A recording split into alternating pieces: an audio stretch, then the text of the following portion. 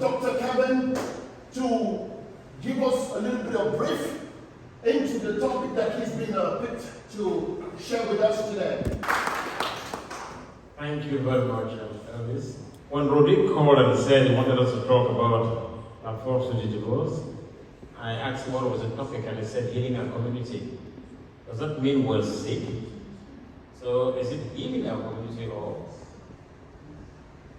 So I don't think, personally, I don't think we should be healing, but we should be looking at really what is going on. And he asked me to talk about the transformative impact of divorce and the role the community plays through this process, and what he thinks is a very tough time. For those who have gone through divorce, it's kind of tough, but it's kind of inspiring too. So what I'll do is I give you a brief definition of what divorce is. I just put it there as one of the most serious social problems we have in our communities today. You can ask yourself, what really are the causes of divorce? What really push people who've really been loving each other, shouting and thinking that you're the sugar in my tea and my pillow in my heart, and then one day they just want to go out at each other's throats? I think the first research shows that commitment is really one of these, is the number one cause. People are not really committed to relationship. Where you can talk about, what you read the book, Rodrigue talks about changes in the society. His focus was the Cameroonian diaspora who left the continent. But look at opinions across the world. You can look at it 50-50, divide it into two. Either divorce is okay or other. And you realize that just 30% of people in the world think divorce is okay. The rest think the divorce is not okay. Most people think it's okay. And so it's interesting to see that if it's not working, leave. There's always an option, don't kill each other. So people always say, around the world, across the US, we always think the opinions clearly say divorce is okay. And let's look at those factors of rapid change. Families, when you talk about it, this was really one of the focus of the books in the forced divorce, because it talked about Cameroonians and the Cameroonian diaspora who left the continent and living here, and the empowerment of women. And then women play their equal role, and some men feel they're being challenged. You can also have the pressure to marry when young people rush into relationships, or you think it's cultural, you're afraid. It's part of your profession, it's part of your high school sweetheart. You want to stay in the Peace Corps together. You have some external pressures. And once you use all of those external factors and you pressurize you to marriage, it really causes you to divorce. And one of the other things which I also like to talk about, we call this unrealistic expectations and lack of preparation. You're not sure what you're getting into. My wife says, marry your class. Then what are those factors that will lead us to divorce? We'll talk about the most common is selfishness. People could be selfish with their time, people could be selfish with their money, their work, their communication. So selfishness is still one of those factors. But family and friends at times are compelled to take sides, and then it puts you against some of the people you love. So there's a big that will help. And I'm trying to tell you that my single life is very what it's happened to be, because every single relationship that leads up to another marriage always ends up with divorce. And then staying married is better for you. Those are the optimists. Always think that everything your marital problems, if you stay in a relationship that hurts you, it might still be good for you. Although it has statistically shown that it is good to stay married for your health purposes. And lastly, there are some basic principles I want to talk about in marriage. So, the topic talked about the role of the community. You don't really have any role in your life, because all divorces are different. So they have the same common elements. We all have our right to be happy. Make sure that you're number one cause in your life, no matter what others might say. Stay happy with yourself. Okay. If we do not prepare our people for marriage, and help our couples stay together, we're going to be building up a society where it's going to be broken tomorrow. Thank you very much. Thank you, Dr. Kevin Jago. That was a powerful presentation. And I'm going to start first with Dr. Henry Etame. Please, put your hands together for Dr. So to start this conversation, I'd like to, first of all, give you a couple of quotes from two former U.S. presidents. Thomas Jefferson once said, "Divorce is worse than death." And he added that, well, while death stops your sufferings, divorce brings them back alive. That's one of the worst things about divorce. But my second quote is also for another former U.S. president, Abraham Lincoln. He once said this: "If you have to spend 10 hours chopping down a tree, you better be prepared to spend 7 hours just sharpening your axe, and then spend the remaining hours chopping down the tree." Well, this is just to speak to the fact that we need to be prepared when we get married, because we are embracing a totally different person. We are embracing a different person. So to delve a little further into my topic before we get to the Q&A session, I would like to put the marriage itself into perspective. What is marriage? Well, marriage is a triad. It is spiritual, it is institutional, it is also divine. And so, having said so, marriage becomes an institution. And in this institution, we'll talk about assets, because it becomes an organization, right? And every organization has assets. In a marriage, you have children, property, assets, and other assets that, countless assets. Thank you very much for attention. Ladies and gentlemen, put your hands together for our sister, Pamela Ancha. My topic was about the plague of divorce in our society. And the reason I jumped up on this bandwagon is because I've met a lot of couples that I feel really shouldn't be together. And I've met couples that are not together, but who should be together.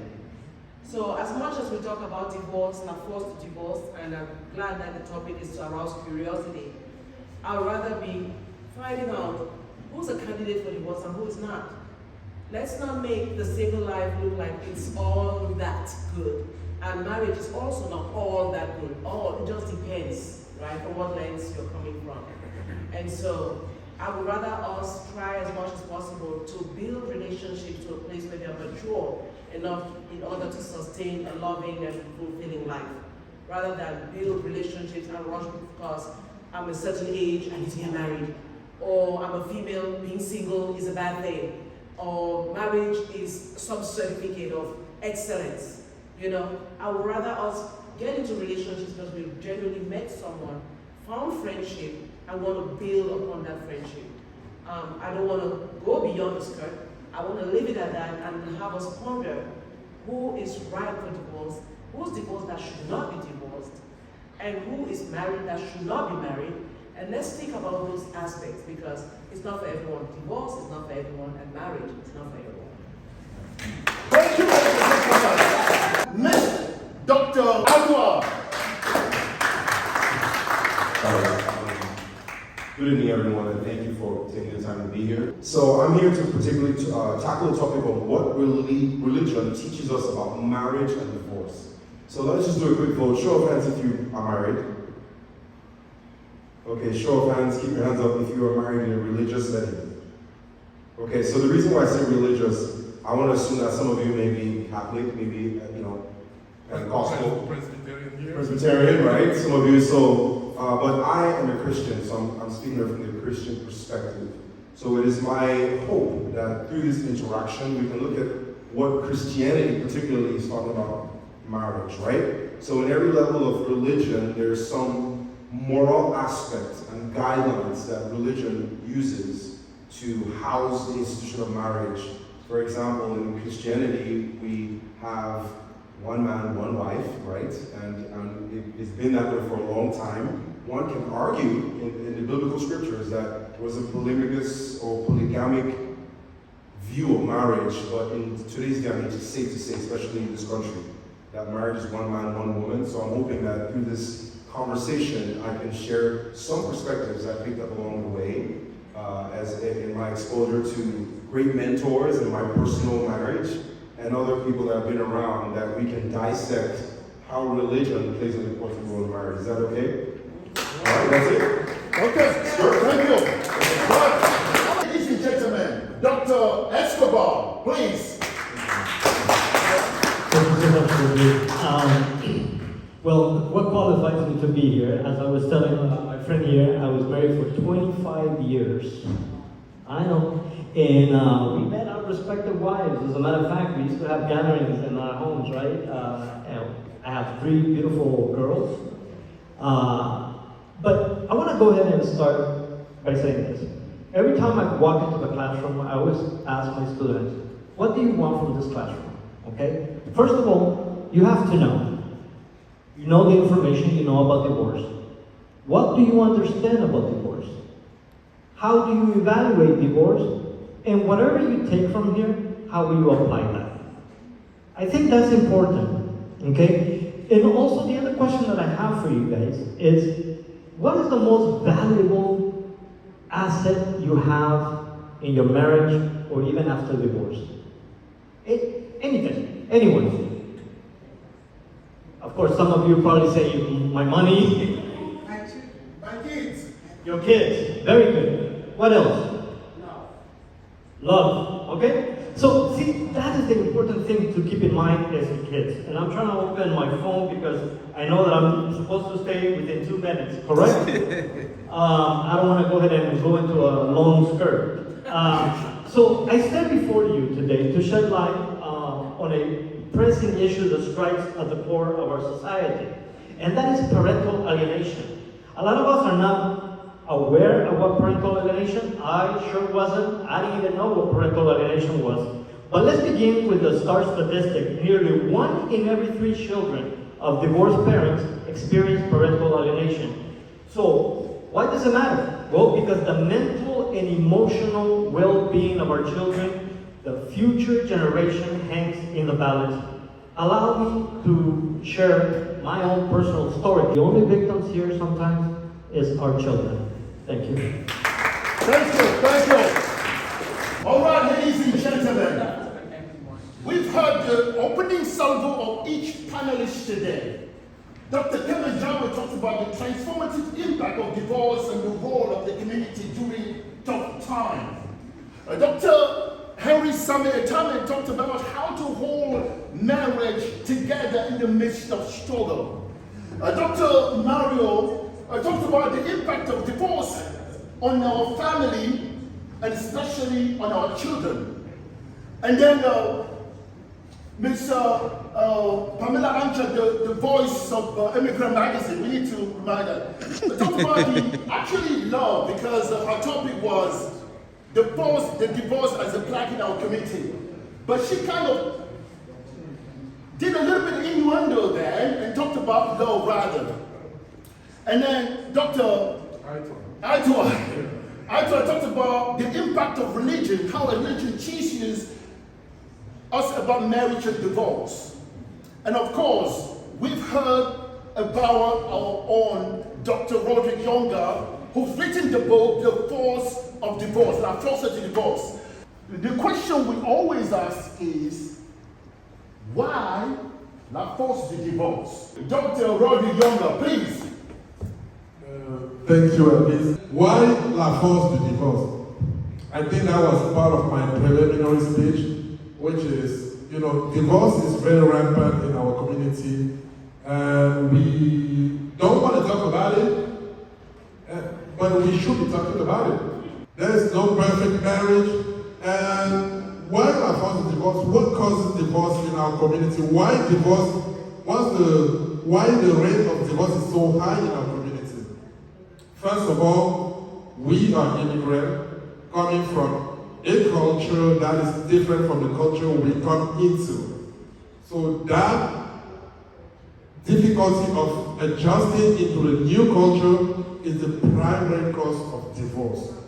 Living in America, not knowing what it entails, and not understanding fully how the system works, and trying to be Cameroonian in America, or trying sometimes to embrace what we see on telenovelas, so trying to be Americanized and not trying to find a middle ground or a ground that fits us perfectly is usually the main cause of divorce. So that difficulty of adjusting into the new community that we live in causes a lot of divorce. So I keep it short as a good start and give it back to the moderator. Thank you. All right, thank you, Dr. Oda.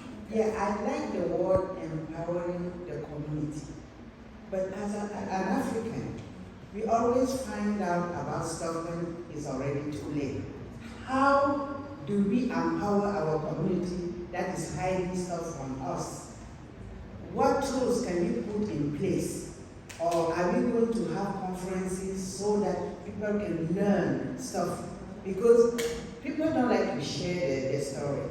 They're always scared that, oh, they're going to laugh at me. But at one point of our life, we don't care. If they laugh, they laugh. As long as we find a solution, how do we empower our community? That's my question.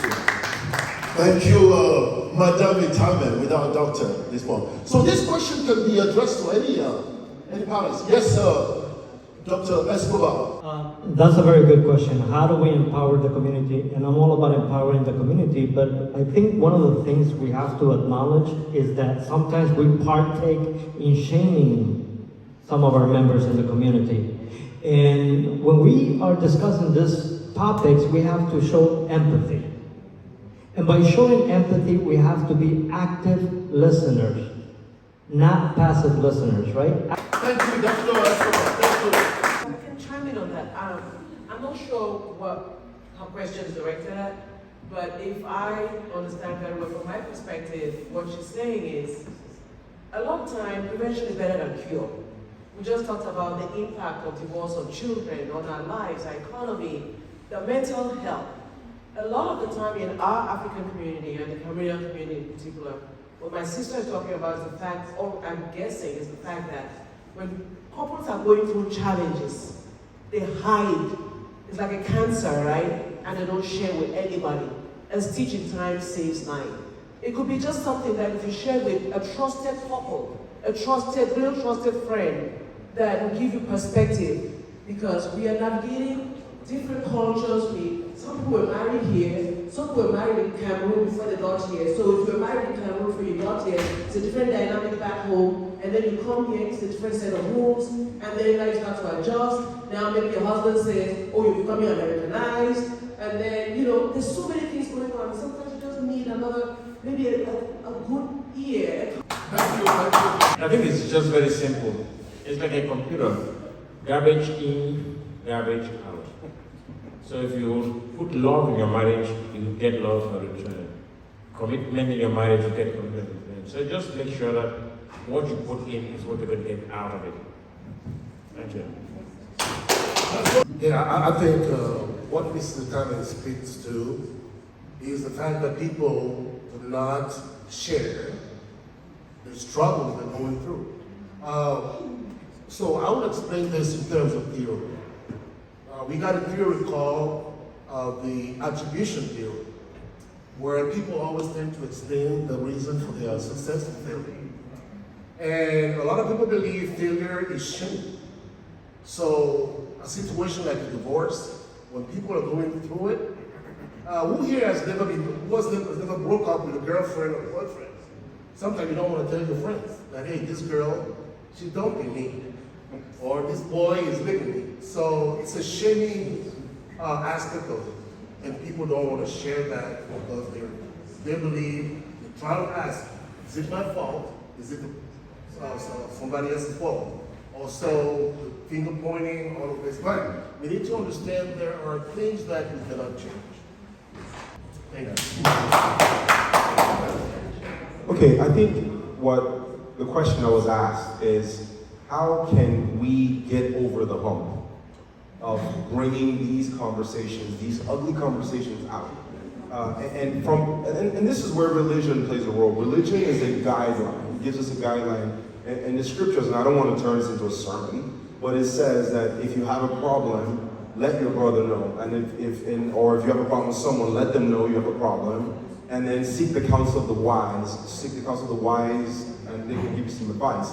So that's what religion helps give us these rules. But what the question is proposing for us to munch on is, how can we get comfortable enough to say, I'm having a problem before it's too late? Because that's what seems to happen in our African society. We're tight-lipped, we believe in being strong. And can somebody agree with me when I say strong is overrated? Because in the story of Jesus Christ, one of the very first things that he did, he came into the Bible as this well put together individual, and we all know that over his lifetime, he gets destroyed literally, right? He's shamed. So in the embodiment of that story, we have to know that there is victory in shaming. I just want to say that this topic is really, for me, it's a nuanced topic, because my brain is like, are we saving marriage, or are we talking about how to navigate divorce, right?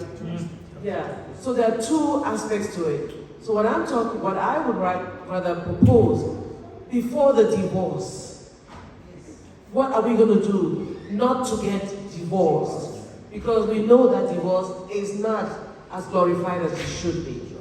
I've seen marriages, whether American, African, whatever it is. I have yet to see someone that came out of a divorce unscathed. There's going to be children, parents, friends, society, everybody. So this topic, even though it's not forced to divorce and how to survive divorce, I would also love for us to talk about how to prevent divorce, because divorce is not easy. And when we're talking about our cultures, our families, sometimes I want to say this, like you just mentioned, family, even religion. Sometimes those two elements could be your reason for divorce.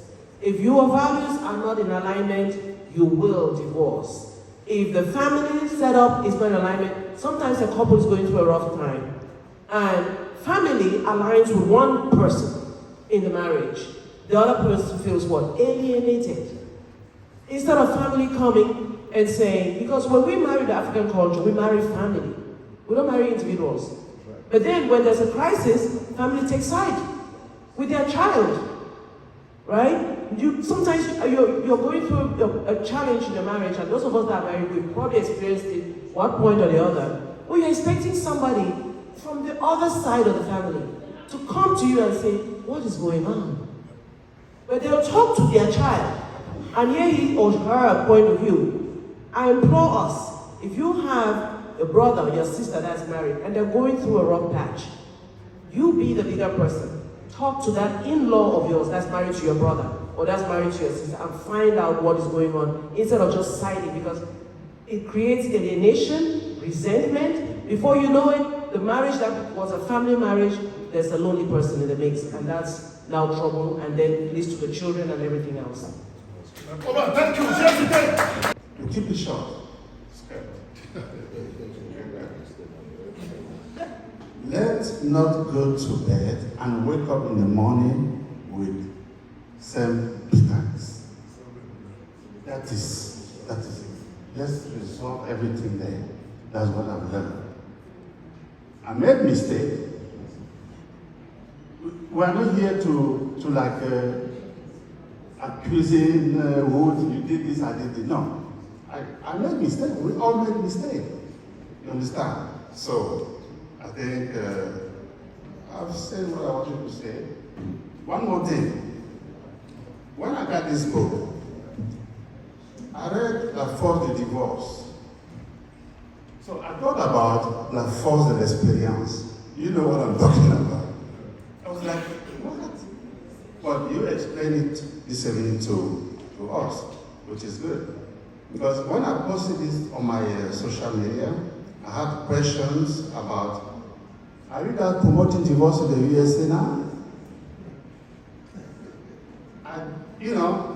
I haven't read the book yet, but what I told them, I read just this first paragraph here on the back of the book.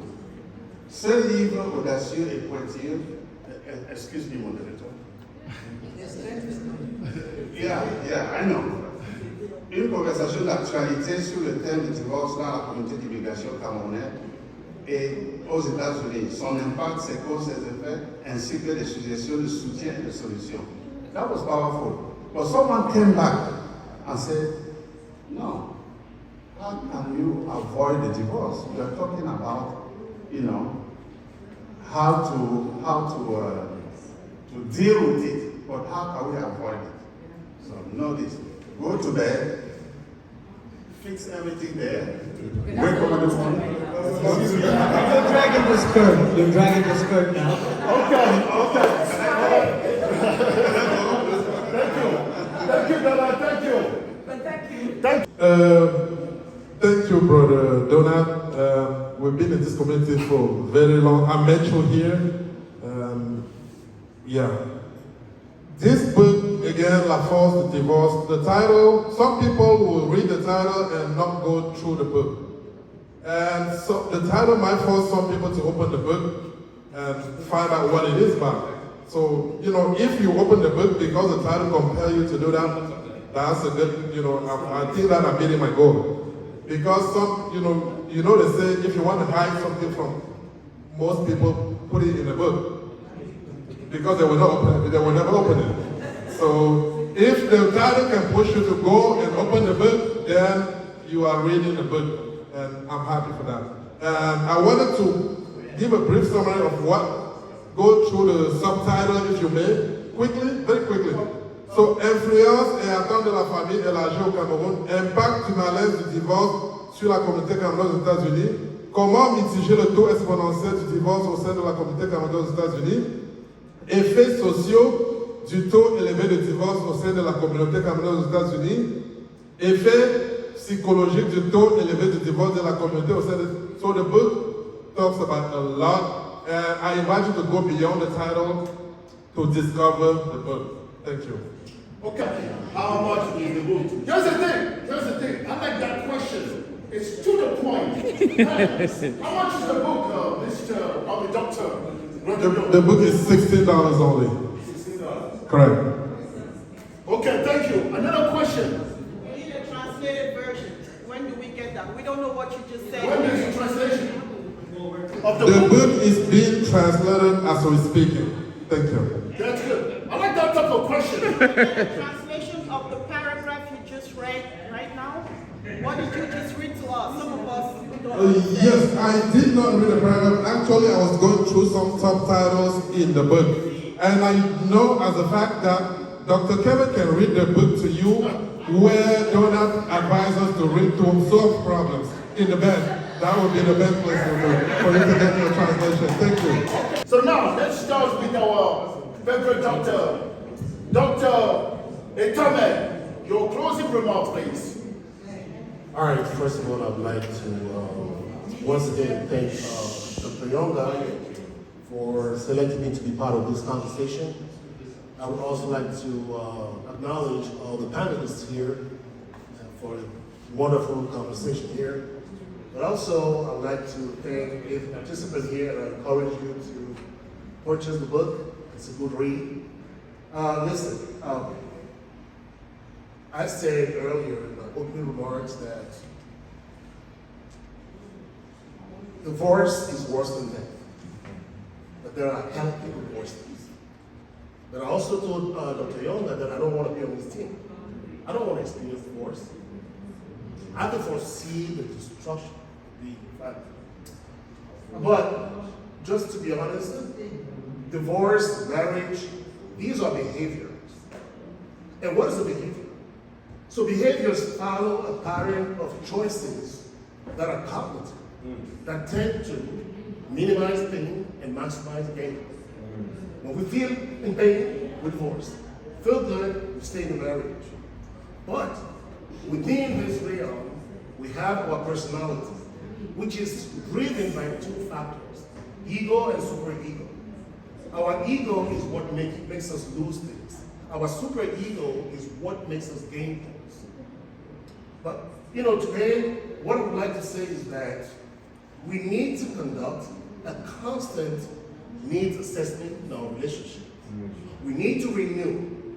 We need to recharge. We need to take time off. Sometimes when my wife travels, I'm so jealous. I feel so bad. And then I feel good. Because when she goes away and she comes back, we'll recharge. So, I'm really, pardon me? Well, what about me? Oh, thank you very much. Ladies and gentlemen, please, this kind of applause. Dr. Aituar. Thank you. So, I think he has said our thanks, and I'll say once again, thank you, everyone. I just want to say that for those of you who got, the genesis of this conversation, I asked those of you who got married in a religious setting. One of the things I'll say is there's power in prayer.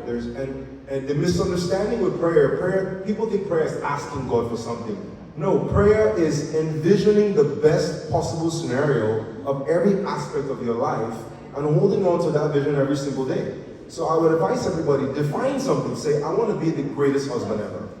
And what does that look like? It means I won't yell. It means I'll be respectful. It means I'll be loving. It means I'll be prayerful. It means I'll do the following things. So every time you find yourself about to react, ask, does this define me as the husband or wife that I want to be? So my advice to everyone is find God in whatever religion, and God is just a higher power of everything that you aspire to be, financially, spiritually, as a husband, as a father, as a wife, whatever, fill in the blank. And I know that the Word of God is filled with wisdom to guide any relationship, especially the institution of marriage. Thank you. Thank you. That's beautiful. Thank you. Yeah. So again, thank you so much for having us here. I would like to just summarize, because my topic was the plague of divorce in our society, in our community. And I will sum it up in a few words. What role do our gender play, male and female? What is the friendship in your relationship? What role does your family play in your relationship? What role does community play in your relationship? And what role do expectations play in your relationship? You have to define those things. And once you get it right, I would rather not be talking about divorce. Rather be talking about how to keep a happy and fulfilling marriage. Because that is what is important. If your marriage is not fulfilling, you will quit. Now, it's also important that you fight for your marriage. It's not easy. I don't think we should take marriage so trivially and be like, okay, every little thing, I quit. You can't just quit. And sometimes that's where relationships, friendships, a good family will play. Seek help. Do all you can do before you quit your marriage, because it's not all what is cropped out to be going to divorce. Neither is a marriage. None is easy. I'll choose the one with love, trials over everything, all the time. Dr. Escobar. Well, I'm going to leave this with a quote from one of my favorite poets, Rumi. He says, "Flowers don't bloom with thunder, but with soft rain." And I think that flower is our community. And while it's true that each family journey is unique, the principles of understanding, empathy, and communication stand as universal pillars of our community. I think ignorance is our worst enemy, and knowledge is our best ally. So educating ourselves is a responsibility, not of one, but of a community. Thank you. Wonderful. Thank you. Dr. Jago, thank you. Okay, thank you very much. And I'll look at two things. We are not alone in this. If you look at the statistics, the countries with the highest rates of divorce in the world, African countries are not even coming close to that. So we are very safe where we are. Secondly, two things I want to talk about is for a successful marriage. The first is the wife is always the boss. If you get that way, you're going to get happy in your marriage. Let her make the decisions. Just always accept. Then secondly, look for common interest. Like you talk about religion, you worship together, you pray together, you play together. Those commonalities always make you do things and make you successful. Thank you. Thank you. Dr. Yonga. Yeah, thank you, Elvis. And I will first of all like to thank all the panelists. I'm so honored that you guys accepted to be here. You guys are great leaders in the community, and you have so much to do to be here tonight. And as I said, you know, this is meant to be a conversation starter. It is good to be a community, sit down all the time, do jangi, eat food, talk about things happening in Cameroon, and forgetting about things ruining or happening in our community. I wanted to recenter the conversation or the activities in our community, make it about us first, and then what's happening in Cameroon. You know, if we are strong here, if you are healthy enough here, I think we can be helpful to Cameroon or to our respective countries better than just being here and talking all day for nothing. So again, this is a conversation starter. The book is not meant to be exhaustive about on the topic, and I truly want you to read it because it has a lot of information in it.